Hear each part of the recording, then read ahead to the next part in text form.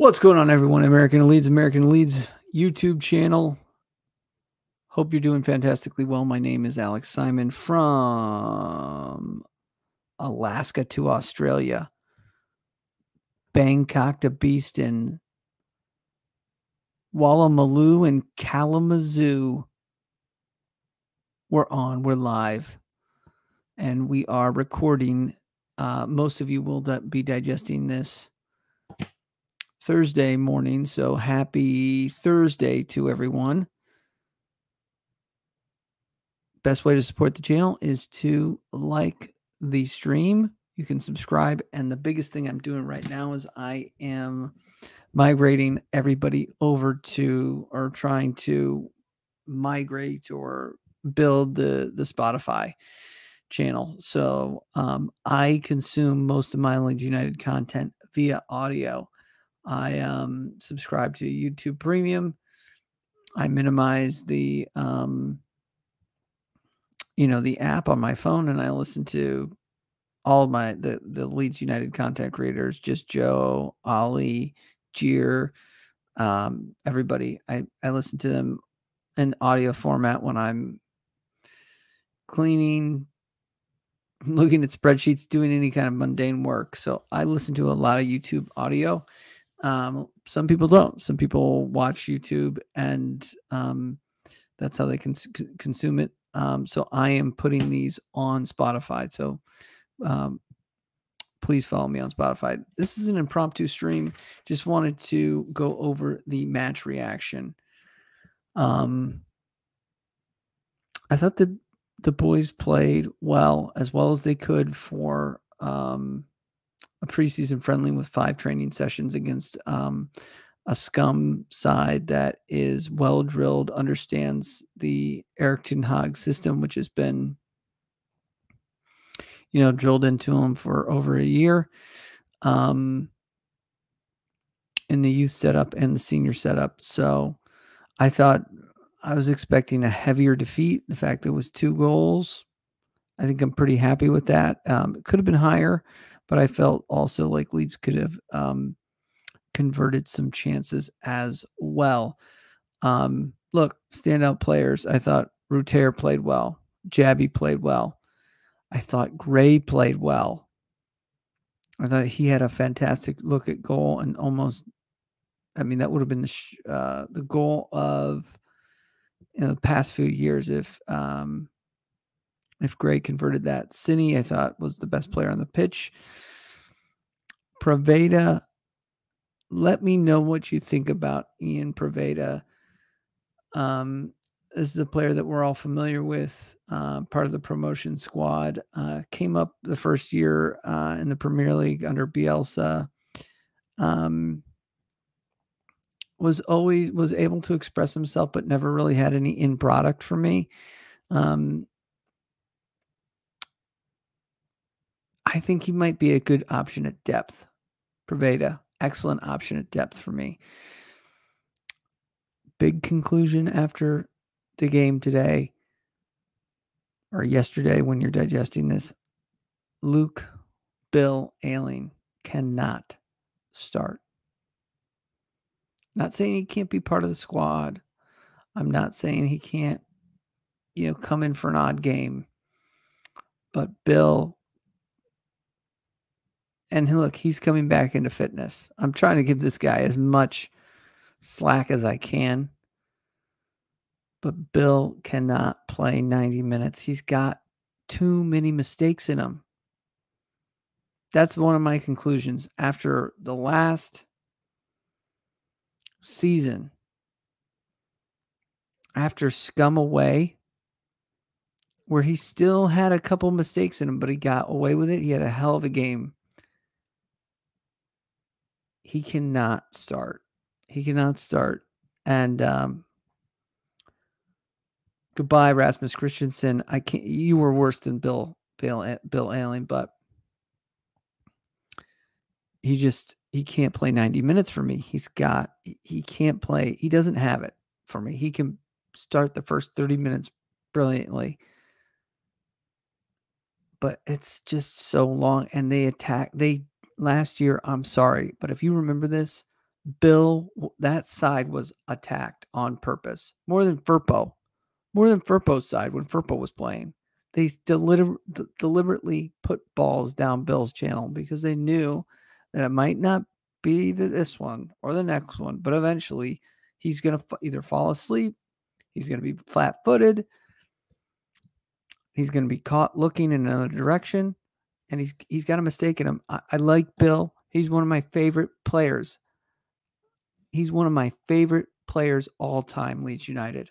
All time. It's time to start moving him to another role. Same with Cooper. But Cooper has been playing better, I guess, of lately, even if you consider last season and a little bit of this, I guess, friendly. Bamford needs competition. Cody was difficult to judge for me. He was out of position at times. And then Pascal Struijk's a broken toy. The man is a broken toy. I don't know what to do with him. He was one, I think, of the best upcoming players in the club. And I don't know if you want to move on from Pascal. I'm not ready to do that. I am getting close, but he is broken right now, and I really need him to be fixed. The club needs for him to be fixed for this promotion. One of the things that came out interesting today was Phil Hay's article that came out and basically said at some point, I think he was talking about Farke and the squad depth and things like this, but Farke drained their legs earlier with a training session before the match. I thought that was fantastic. These guys need to get back on the horse. They need to get back in the training room. They need to get fit for this season. I mean, that was really sad. One thing that we want as fans is for them to fight for the shirt. So kudos to the manager for doing that. Let's look at brief, just thumbnail sketch of the squad. Well, actually, before we get into that, let's get into the gaffer's comments here. And I'm just going to play. First, I'm going to play the LUTV comments from Daniel Farke, and then I'm going to play the comments that he made to BBC Radio Leeds. I think we digest it together. So, Daniel, your thoughts after the first preseason game? Well, I'm always struggling to accept a loss, if I'm honest. But overall, I have to say is solid start because let's be honest, this game came a bit too early in our situation. But we wanted to play this game, and there were many things I liked in the first half. Obviously, we had to accept unbelievable amount of possession. Man United was there with lots of pressure, but I liked that we had this attitude. Now we want to return with a clean sheet to the dressing room, which looked compact and solid and good on defending. There were 2 or 3 individual mistakes where we allowed them to have a big chance, but apart from this, I think we digged in and okay. So far, this is a small thing, but something I like. Hates losing. It's unbelievably difficult for me to accept a loss. And it's a preseason friendly. Squad came in with the clean sheet mentality, which obviously he liked. And then he alludes to individual mistakes. So he's seen the individual errors already that are unacceptable. Showed this attitude. No, we want to defend our own goal. It looked also sharp on the counter-attack, I have to say. So many things I liked in the first half. Second half, I think we brought the game more and more into their half, and it looked sharp in our pressing, created chances. But you have to play without mistakes to return also back in the second half with a clean sheet. And sadly, we allowed ourselves to be there with 1 or 2 individual errors in the defense. This changed the momentum a little bit, because otherwise I think it would be a chance to be there. Only to speak about a solid draw or perhaps even a win. So for that, I'm a bit disappointed then in the end that we didn't win the second half, or at least to be there with a clean sheet with the draw. But overall, I have to give my lads also some compliments, because for first game against Man United just after a few days, it was definitely a solid start. Well, I did notice that there was the moments, the patterns of play, playing out from the back and trying to break the lines, something that you've been working on in pre-season, and that was the positivity that the players went out there to try and practice that. That's right, but in the first half, I have to say it was also important to work against the ball. To be honest, we just have worked on our possession so far in the first days, and on our game against the ball, not at all. And then you play against Man United, who are there with whatever 70% possession. It's difficult anyhow. But I liked also the mentality to accept this situation and to have the will also to suffer and to dig in, especially in the first half anyhow, and also to return back to the dressing room really, really solid. All right, I just want to interrupt him real quick and say, he said we were sharp on the counter, and then again alluded to the fact that we made too many mistakes, individual errors, but he appreciated the solid start. Most of the training has been with the ball, and we have a lot of work to do without the ball, against the ball, as he said. And to keep the game tight. And again, so in our possession, once we had the ball, I saw already glimpses of what we want to do in the end. But yeah, it's a long road. It will mean lots of work. We're just together since 6 days, and it's a tricky situation at the moment. But for the first game under this circumstance, I would say it was definitely a solid start. It was a solid start. It's a good kick out in pre-season. There's a couple of players there that have been missing due to injury. Jack Harrison, Tyler Adams. Is there any chance of a timescale that we may see? Look, this is where he was very, very frank. In a refreshing way, in a way that you see a lot of top managers just be very not beat around the bush. And this is where the first instance, I think, in his interviews where he was starting to talk about squad depth. See them back?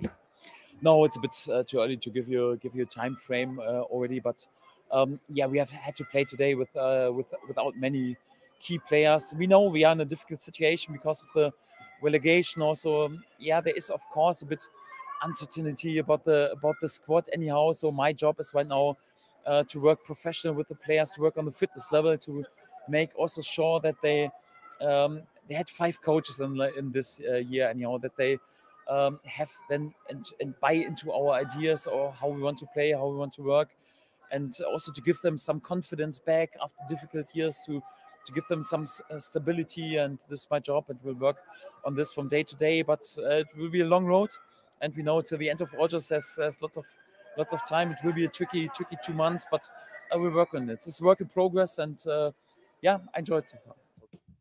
Yeah. Look, didn't want to make any excuses. Also said that, alluded to the fact that they had 5 managers in a short amount of time. And he basically saying that, hey, I'm not the substitute teacher. I'm here for real. I'm here for a long time. And, as far as some of the players outgoing, he's just going to be professional. He's going to get them fit, and work with them if they're part of the plans. So look, he took on the challenge, and I think you're going to hear a lot more things. Look, this can go one of 2 ways. We all want it to go to immediate promotion back into the big boy table.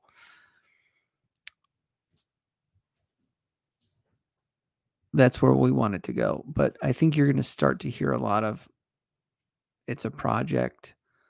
It's, kind of the long-term, long game verbiage that, trust the process. I think that he is my guess right now is that he's managing the fans' expectations. I think that there still can be a ton of incomings. I'm going to get to your comments at the end of some of these interviews that we're going to be digesting here over the next couple of minutes. Let's get to the BBC radio Leeds, where he was very blunt with Pope, and I thought Sinisterra was good. I thought he was the best player. Tom, I'm sorry, I just saw your comments. I thought he was the best player on the pitch at times. I thought if Pervader could link up with him, I mean, if Willie was on the pitch or Crescencio, I think they link up to score a couple goals, maybe at least one goal. He's calm on possession. I mean, him versus Wan-Bissaka, that was a legitimate matchup, in my opinion.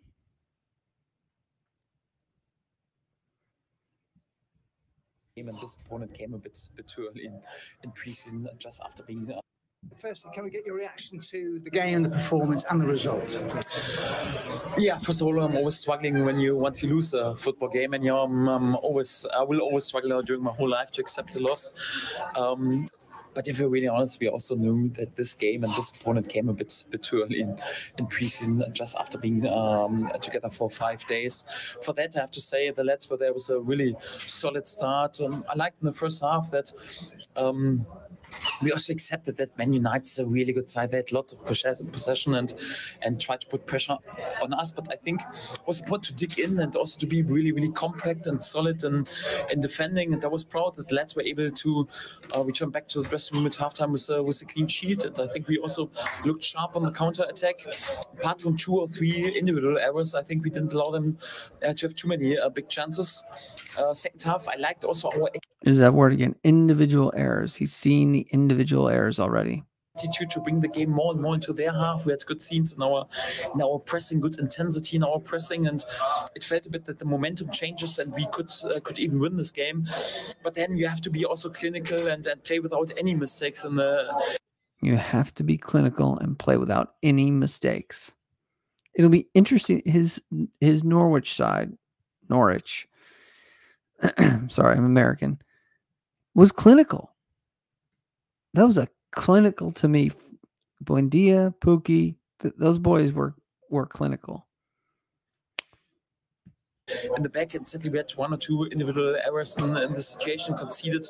Out of this, I'm not too annoyed with the goals. I have to be honest, because in the last 6 days we have just worked on our possession and how we want to work with the ball and not at all on what we want to do against the ball, and then to come out against such a strong side like Man United. I think for that was a solid start, and I also saw many glimpses of what we want to bring on the pitch also when it really counts. So how much progress do you think you've made in a week, Daniel? As much as you wanted to? Well, first of all, it's a work in progress, and we have to work on many topics at the moment. First of all, also to give the players confidence back and trust back after a really difficult month also for them, because they lost many games. Also, I think the 5th manager in 2023. Also not easy for the lads, because they hear many different thoughts, many different ideas. Right now, it's up to me to give them a bit more stability and confidence and trust, and also to bring my ideas across. I have to say they work unbelievably hard, and I think even today you could see some glimpses. If I'm honest, we have also to work a lot on the fitness level.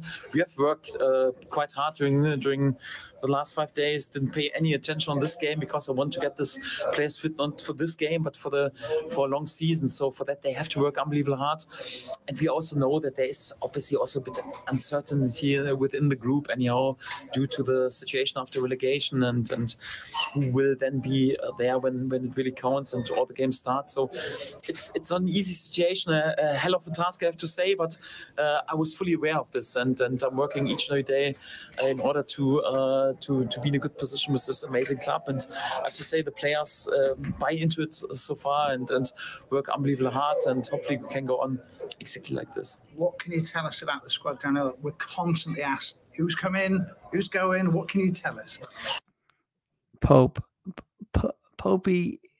Adam Pope unlocks them right here. He just is like, hey, what can you tell us about squad depth here? We're getting asked about it. Level with me. And he gets an honest answer. Pope and Phil Hay. We are so lucky as Leeds fans to have these two in particular. I mean, Graham Smith, there's others. But those two seasoned Leeds United journalists, beat writers, are just really good. We're just really lucky. And Pope just unlocks this answer here where we can kind of get a little bit of an answer, a frank answer from from Daniel Farke? Too early to judge it, and also to speak about it. We have, of course, already lost a few players, and everyone knows about the situation. They went out on loan, so we don't get any money out of this. It's a situation after relegation. There are a few clauses, and we have to accept this. So it's no complaining about this. The situation is like it is. We just have to make sure and have to be fully aware this will never happen again in the future. We accept the situation, and we know that it's a difficult task. But if it would be easy, everyone could do this. So for that, I'm looking forward to bring this solidity and stability into this club, and won't happen again in the future. We have to ensure that it won't happen again in the future, either via the new management signing better deals or us getting promoted and not being in the situation. Although it was revelatory that he also said, we are not getting any money out of these loans. Is he managing our expectations by saying no incomings will happen? Is he frustrated by understanding the business of football? Farke continues. We have to wait till the end of August. That's the truth. Anyhow, until we then really know who is with us for the whole season. Obviously, we need to be there with some good decisions over the next weeks in order to win also as many points as possible. Then already during August, because each and every point will count. But it will be a long time till then the transfer window is over, and we'll see what happens. We won't know till August, but P.S. all the games in August are important. We're going to try to suck up as many points as we can. Look, some people are reading these interviews that we don't have any money. I'm not necessarily saying, I'm not there yet, and we're not going to get any transfers. I'm not saying that. I don't necessarily think that. A lot of times managers, at least top flight managers and really good managers worth their salt, manage the fans' expectations. Like, I don't know. You saw this with Tuchel. Klopp does it all the time. These both are German managers, by the way. Farke, German manager. I mean, Tuchel would talk about all the time about how he's, I don't know. That he doesn't have the resources of Brighton or something. Like, he would just say wild stuff. Klopp says wild, like just stuff that he's like, after an interview of listening to Klopp, you'd think that they're like the, little sisters of the poor. It's like, now I'm not saying that the situation that we're in isn't serious, and all of that is true, and we're not getting any money in. And this is a difficult situation. Like, there are, we've just come down from the Premier League. We are facing relegation, or we are in relegation. The games will be coming thick and fast. He has the thing that he is hitting on the head for me, fitness, and we have to work unbelievably hard. He says we have to work unbelievably hard 2 to 3 times an interview. We have to work unbelievably hard. I mean, you'd have to go back to Norwich interviews to find out if that's like something he says a lot. But yeah, I'm going, yeah. You do have to work unbelievably hard, because I remember Bielsa, and I remember him bleeding out of his eyes to get this team promoted. And I know what it takes to get out of the mud that is the championship.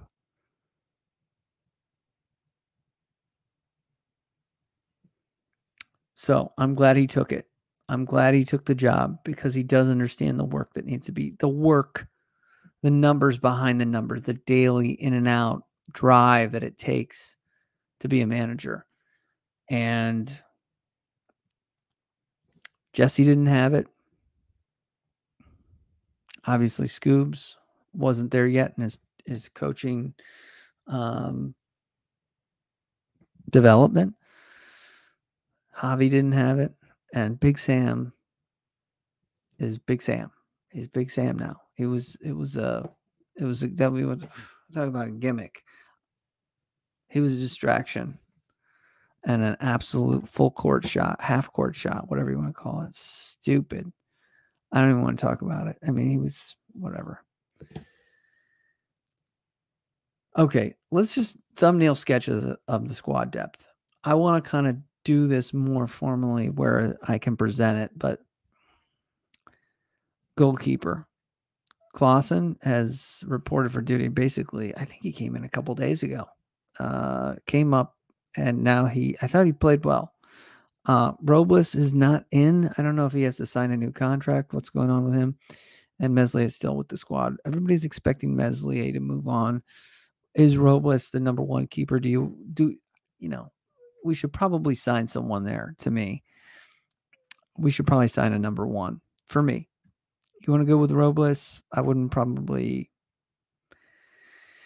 be my choice, but there's a lot of areas of the pitch I guess I'd rather get developed. Left back. Firpo's going to Betis, right? That's what's been rumored. So we don't have a left back. Is Hjelde again? We've been saying this for over years. It's getting boring. It's really getting boring. Hjelde, is he your left back? Dallas, we haven't seen him. He's been in street clothes. He's at least people are taking pictures of him. I'm gonna kind of go bad news and then good news. Cooper. I mean, there's a chance he could put in some good games, good shifts in the championship. Stroik is behind him. Cresswell is on the other side, and possibility of Nat Phillips. Okay. And then right back, Cody, drama, and then Bill. To me, this has been, and it's been like this for a while.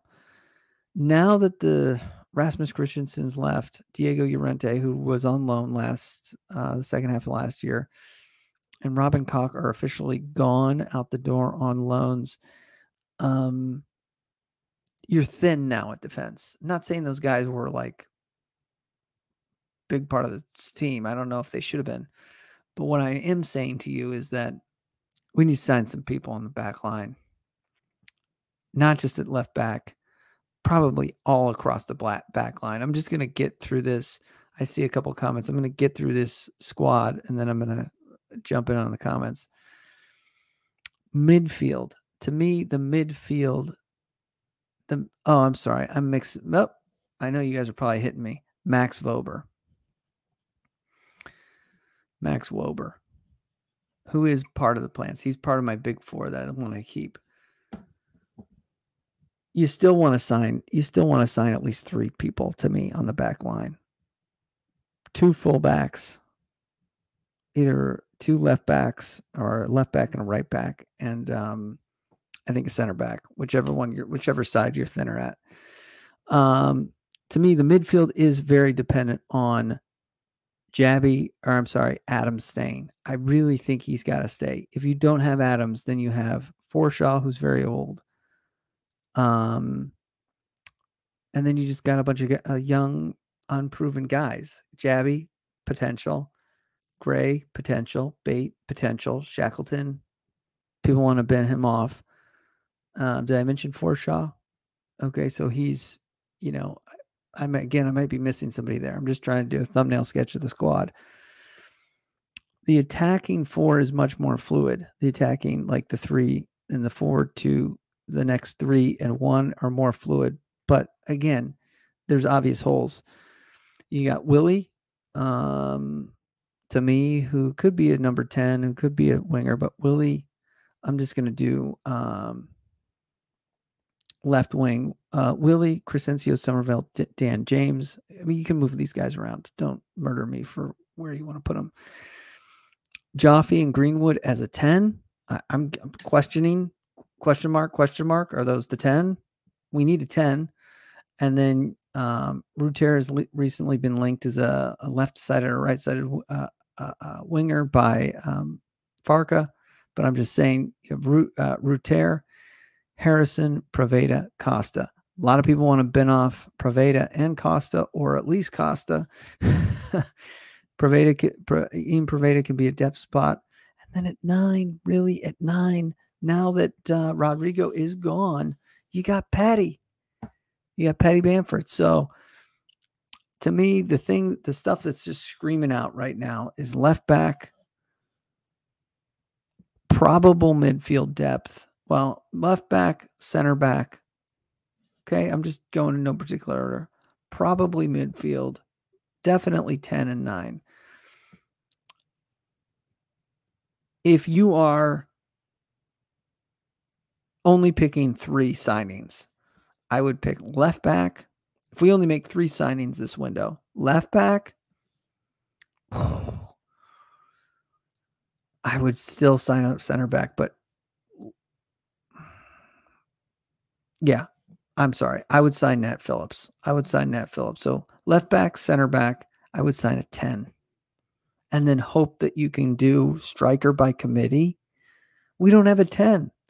We do not have a 10. It's probably the most difficult position in football to recruit.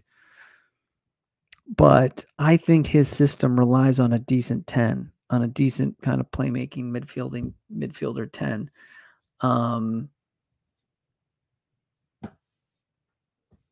Let's get to your comments, and then we'll close with Spieth. Spieth's comments about the ownership, who's part of the ownership group. I answered how Sinistero was. I thought he was the best player on the pitch for Leeds. I thought if he linked up with Nanto or Cree, I think they would have scored a couple times. Fitness is hello, Robert. Thanks for tuning in, Robert. I'll take reducing expectations after the double team of Marsh Allardyce word salad. Yeah. Yeah. Shoot me straight. Fitness is lacking, since Bielsa says Fred. I agree with that. Need 2 keepers, says Fred. Yeah.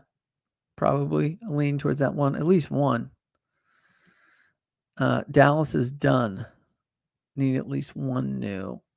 Oh, man. I hope Dallas isn't done. I need that boy. I need that guy back. If you can give me... I need him, man. I liked him. I always thought he played well. There was very rarely where I thought Dallas had a bad game. He just always put in a shift, and it was very flexible.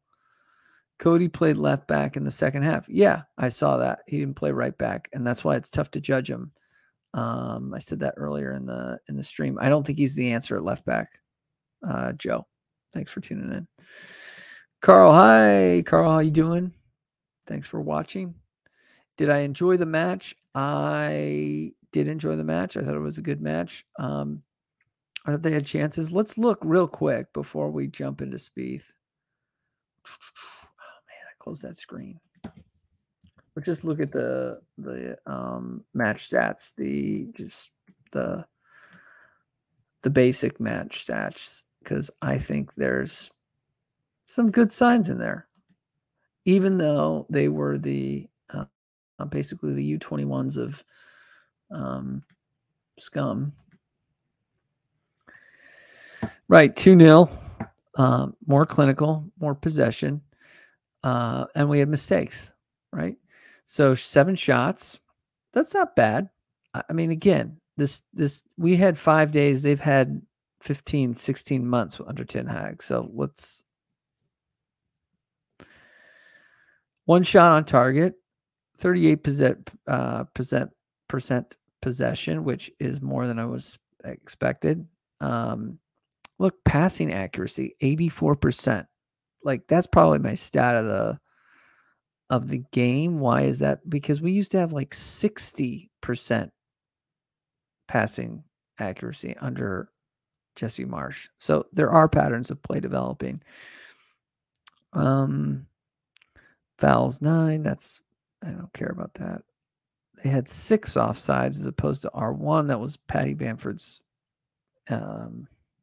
very soft goal that they wound up kicking. I don't know if he missed it or he knew he was offsides or what.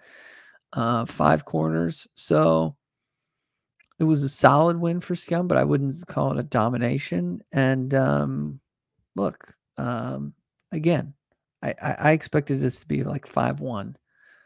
I was not expecting very much out of this at all. So I'm happy with the result. I think it's something to build on.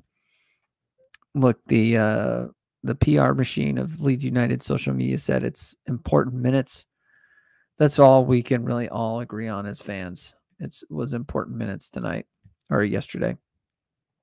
Okay. Carl says 2 left backs, center back, 3 midfielders, and 1 attacker. Man, partridge in a pear tree, my friend. I want all that too. Yeah, that's what we need. That's the grocery list. Go get it, Parag Marate. Fred, we are screwed. All right. All is not lost. I don't think we're probably. I think this is going to be a project. This season is not about who we sign. I know everybody wants to sign a lot of players. This is about who we keep. Who are the players that we can build a team around? For me, if there's any way we can hold on to Vober, who looks to be on board, Tyler Adams. Tyler Adams doesn't grow on a tree. I mean, I know there's people that, we could sign somebody for $5 million out of the championship. Does the same thing Tyler Adams does. Can we? This guy runs side to side. He gets in every tackle. He breaks up every count. You saw the stats that we fell off because Tyler Adams was not playing every game. Vober, Adams, Nato, Crescencio. Those are the players that are worth it. Give me those players. Hold on to 2 of them. Vober staying. Give me 1 more. Is it Cree? If Cree doesn't have a freaking relegation clause, give me that boy. Sell him. Say, I know you think you're wearing the 10. Have a killer season in the championship, and we will move you to wherever you want to go. You want to go to Ajax? You want to go to Barcelona? Name your spot, Cree. You have to stay here. You will be our star boy. Willie, same thing. I know all these guys want to play for their national team. It's like, stay 1 year. Give me 1 year, guys. Hopefully Farke will have a German number 10 lined up. Oh boy, that would be nice. If he knows some players in the Bundesliga that could play for him for his system, that would be. I thought the youngsters, that was Fred. Rob the Gob 707. How did the youngsters do? I thought the youngsters were stars of the show. I'll just go over this briefly, and then we'll get out of here. I have this written down. Where's my? I thought Ruter played well. I thought Jabby played well. I thought Gray played excellent. Bate played well. Sinister played well. Preveda as I remember him. I thought he had a chance on the counterattack. He's good at getting up and down the pitch, but he lacks some clinicality for me. He might be able to make this squad. Luke, I thought, was poor. Bill he can't play every game. Just can't. I love him. I love that man. I love what he did for the team. He's another guy like Click, always smiling on the face, able to break up kind of, the tense intensity and stuff, but he's done for me. He's just done. He's broken. And Bielsa broke, love him, broke for the promotion. A lot of these guys. Rob Darling says it's German number 10. Coax Oslo out of the back out of retirement. I don't I don't know if that one's possible, Robert. Look, that's my time. I'm out of here. I think Farke did a good job. I think that we're positioned well, and I think that we're positioned well for like a top 6. I don't know if we're positioned well to be immediately promoted. I think we will be in the hunt for top 6 at minimum right now. If you can give me those other 3 players that I've been talking about every week, Crescencio, Willie, and Adams, I think we can. Like those 3 players play today, we might win that game. March Young get Leeds. Possible, probable potting tomorrow as well with the panel. Bye-bye, everybody. Like as you leave. Thanks.